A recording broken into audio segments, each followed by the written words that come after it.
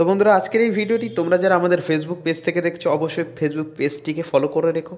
যারা ইউটিউব থেকে দেখছো তারা অবশ্যই ইউটিউব চ্যানেলটিকে সাবস্ক্রাইব করে রেখো। তো তোমাদের জন্য আজকের আমরা থার্ড সেমিস্টারের সাপ্লিমেন্টারি পরীক্ষার ফিলোসফি বা দর্শনের আজকে আমরা সাজেশান রাখছি শর্ট কোশ্চেনের। এর আগে বড় কোশ্চেনের সাজেশান দিয়েছিলাম, তো সেই ভিডিওটি তোমরা যারা এখনও দেখোনি আমি তাদের জন্য ডেসক্রিপশন বক্সে লিঙ্ক দিয়ে দেবো, তোমরা সেখান থেকে দেখে নেবে।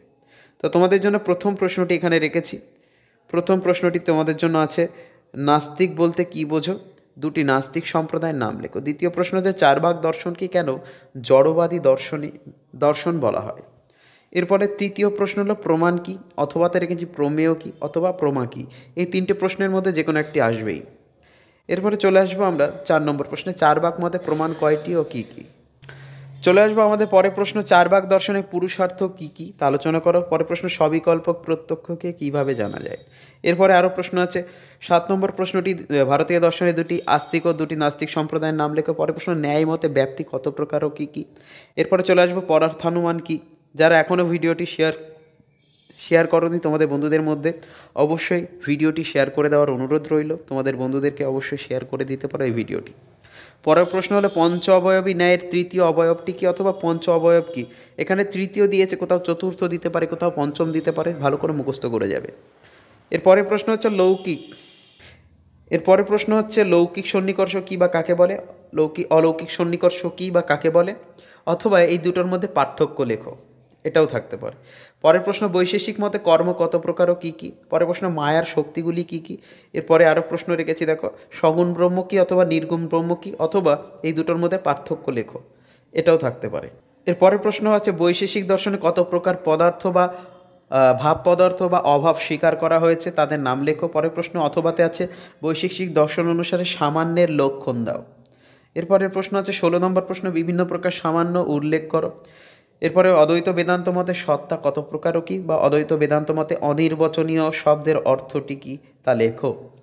চলে আসবে 18 নম্বর প্রশ্ন, শব্দ প্রত্যক্ষে কোন সন্নিকর্ষের প্রয়োজন হয়। 19 নম্বর প্রশ্ন, শঙ্করের মতে ব্রহ্ম ও জীবের সম্বন্ধ কী অথবা আছে বিবর্তবাদ কী। তাহলে একেবারে সাজেশানের প্রায় শেষ দিকে আমরা এখানে 20 থেকে 30টি প্রশ্ন আমরা রেখেছি তোমাদের জন্য। এরপরে আছে পরের প্রশ্ন 20 দাগের, বলছে বিশেষত্ব জাতি নয় কেন। অথবাতে রেখেছি সামান্য ও জাতির মধ্যে পার্থক্য লেখো। এরপরে আছে 21 নম্বর প্রশ্ন। 21 নম্বর প্রশ্নটি আছে, নীল রঙের ঘট প্রত্যক্ষে কোন ধরনের সন্নিকর্ষের প্রয়োজন হয়। অথবাতে একটি প্রশ্ন আছে, একটি রক্তবর্ণ ঘট, একই ধরনের প্রশ্ন এটি, প্রত্যক্ষে কোন ধরনের সন্নিকর্ষ হয়। চলে আসবো আমরা 22 দাগের প্রশ্নে। 22 দাগের প্রশ্নটি আছে, অনুমানটির সাধ্যপক্ষ ও হেতু নির্দেশ করো। এখানে বিভিন্ন রকম অনুমান দিতে পারে। প্রথমটা আছে, রাম দয়ালু ব্যক্তি যেহেতু তিনি রাজা।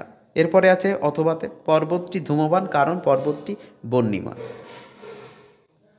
এগুলোও যদি না থাকে থাকতে পারে অথবাতে আরেকটি বলছে, শব্দ নিত্য কেননা এটি একটি গুণ। তাহলে এই তিনটের মধ্যে যে কোনো দেখবে একটা তুলে দিয়েছে তোমাদেরকে, আশা করি এই তিনটের মধ্যে থেকেই কমন পেয়ে যাবে। তো বলেছিলাম তোমাদের জন্য 30টি প্রশ্ন রাখবো, তো 30টি প্রশ্নই আছে। যারা এখনও ভিডিওটি শেয়ার করোনি তোমাদের বন্ধুদেরকে অবশ্যই ভিডিওটি শেয়ার করে দিও তোমাদের বন্ধুদের মধ্যে। আর যারা ফেসবুক থেকে দেখছো অবশ্যই আমাদের ফেসবুক পেজটিকে ফলো করে রেখো। আর যারা ইউটিউব থেকে দেখছো তারা অবশ্যই ইউটিউব চ্যানেলটিকে সাবস্ক্রাইব করে রেখো।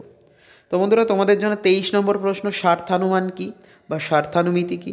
পরে আছে পরার্থমান বা পরার্থানুমিতি কী, অথবা দিতে পারে এদের মধ্যে পার্থক্য লেখো। এরপরে প্রশ্ন আছে, শব্দ প্রমাণের বিরুদ্ধে চারবাকদের দুটি অভিযোগ উল্লেখ করো। অথবা দিতে পারে চারবাক যদৃচ্ছাবাদ। আচ্ছা, যদৃচ্ছাবাদ যদি না দেয় তাহলে এখানে একটি প্রশ্ন দিতে পারে চারবাক স্বভাববাদ। এই প্রশ্নটা কিন্তু আমার খাতায় লিখে নিও। চলে আসবো আমরা পরের প্রশ্ন। হ্যাঁ, পরের প্রশ্ন হচ্ছে 25 নম্বর প্রশ্ন, বিভিন্ন প্রকার লৌকিক সন্নিকর্ষ লেখো বা ব্যাখ্যা করো। বা ষড়বিদ সন্নিকর্ষ কী বা শটদর্শন কী। পরের প্রশ্ন হচ্ছে, ন্যায়সূত্র ও বৈশেষিক সূত্রের প্রণেতাদের নাম লেখো বা কারা রচনা করেছে। পরে আছে বিশেষের আশ্রয় কী, বিশেষের আশ্রয় কী। চলে আসবো আমরা পরের প্রশ্নে। এর পরের প্রশ্নটি আছে, সংযোগ ও সমবায়ের মধ্যে পার্থক্য লেখো। 27 নম্বর প্রশ্ন। অথবাতে আরেকটি রেখেছি, পরামর্শ কাকে বলে। এরপরে আসে 28 নম্বর প্রশ্ন, কি আছে না, চারবাক মতে ভূত পদার্থ কয়টি ও কী কী, বা চারবাক ভূত পদার্থ কয়টি, বা 4 ভাগের যে ক্ষিতি অব তেজমরুৎ এরগুলোকেই বলা হয় ভূত পদার্থ, তো 4টি।